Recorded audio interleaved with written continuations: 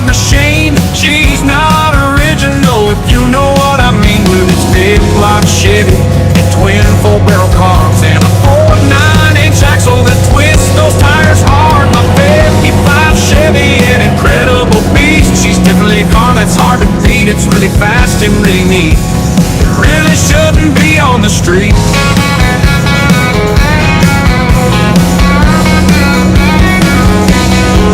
It's got an 871